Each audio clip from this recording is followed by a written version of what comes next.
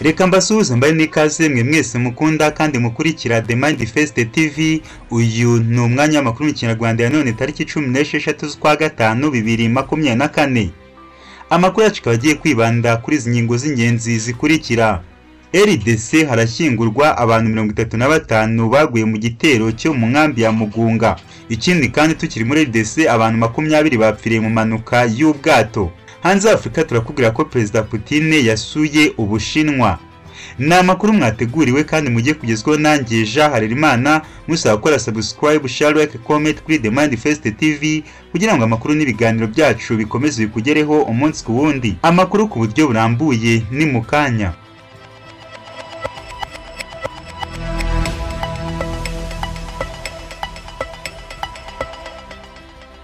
Ikaze mu makuru yacu ku buryo burambuye. Kuri uyu munsi FARDC abantu barenga 35 baguye mu gitero cyo mu nkambi baraza gushyingurwa muri Repubulika ya Demokarasi ya Kongo kuri wa gatatu tariki 15 Gicurasi 2024. Bagiye gushyingura abantu 35 baguye mu gitero cyo mu nkambi ya Mugunga. Umuvugizi wa leta ya Kongo Patrick Muyaya yasabye abaturage bagoma kuza ari benshi bambaye imyenda y'umukara mu muhango wo gushyingura abishwe n'ibisasu byarashwe ku nkambi ya Mugunga mu ntangiriro z'uku kwezi. Patrick Muyaya yabwiye abanyamakuru ko none kuwa gatatu ari umunsi w'icyunamo kuri Kongo. Yanditse kandi ku rubuga rwe rwa X agira ati amaraso yabo araririra guhorerwa. Gushyingura aba bantu biganjemo abagore n'abana byagombaga kuba ku cyumweru ariko byigizwayo kuko imirimo yo gutegura aho bazashyingurwa yari itararangira.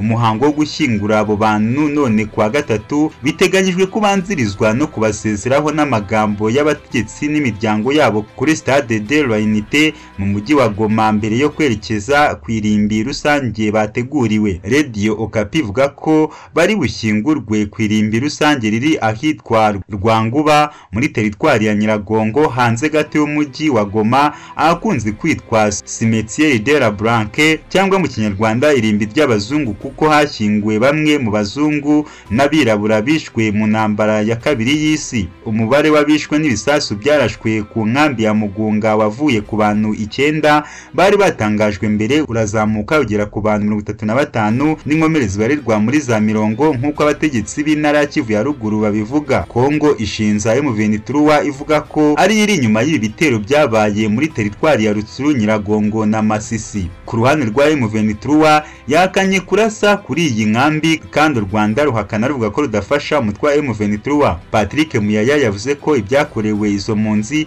ari icyaha cy'intambara kuko cyakorewe abantu bari mu nkambi y'abavuye mu byabo. Kugeza ubu nta perereza ryigenga rikorwa ryakwemeza barashe kuri iyi nkambi ya Mugunga. M23 n'ingabo za leta baracyitana ba mwana. Tukiri muri iki gihugu reka tukubwire ko FARDC abantu 20 bapfiriye mu manuka y'ubwato. Muri Repubulika ya Demokarasi ya Kongo mu ntara ya Ituri abantu 20 bapfiriye mu manuka y'ubwato yabereye mu kiyaga cya Alberta. Radio Okapi itangaza ko iyo manuka yabaye kuri wa gatatu tariki 15 Gicurasi ubwo bwato bwari butwaye abantu n'ibicuruzwa bigera kuri toni 5 buvuye muri Uganda bwo bwarohamaga mu kiyaga cya Alberta. Icyateye iyi manuka arakekwa imihengeri n'imiyaga ikomeye imaze igihe muri icyo kiyaga nk'uko byatangajwe na Robert Njanlonga uhuza ibikorwa bya societe civile aho muri Ituri. Urwego rw'ubwikorezi bwo mu mazi rurakemangwa muri Repubulika ya Demokarasi ya Kongo.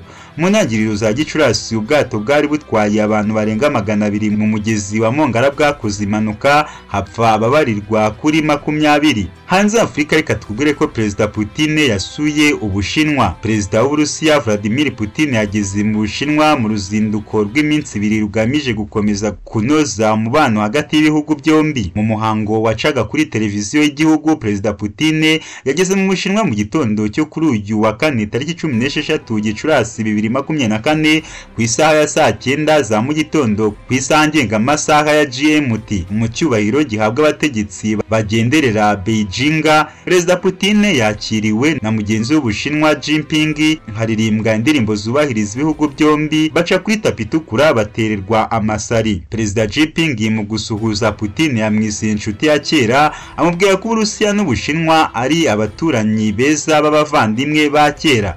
Ikinyamakuru cya leta y'Ubushinwa Xinhua cyatangaje ko aba bombi mu biganiro baza kugirana biri bwibande ku kunoza umubano w'ibihugu ndetse no ku bikorwa bya gisirikare Uburusiya bumazemo imyaka 2 muri Ukraine. Ibihugu byombi biri gushaka kuba ubwami buhangana n'uburengerazuba bw'isi ari bw'Amerika n'Uburayi. Muri Werurwe 2022 ubwo Perezida Jinping yasuraga Moscow, yavuze ko bagiye kubaka ikiragano gishya, ibishimangirwa no kugenderera hagati y'ibihugu byombi kuko Vladimir Putin Ubushinwa nicyo gihugu cya mbere asuye kuva arahiriye manda ye ya 5 yo gutegeka Uburusiya. Ubushinwa bwakomeje kuba hafi y'Uburusiya mu bihano by'ubucuruzi bwafatiwe n'amahanga kubera intambara ya Ukraine. Ni amakuru mwateguriwe kandi mwagizwagaho nanjye Jean Harerimana, musaba gukora subscribe, share, like, comment kuri The Manifest TV kugira ngo amakuru n'ibiganiro byacu bikomeze bikugereho umunsi ku wundi.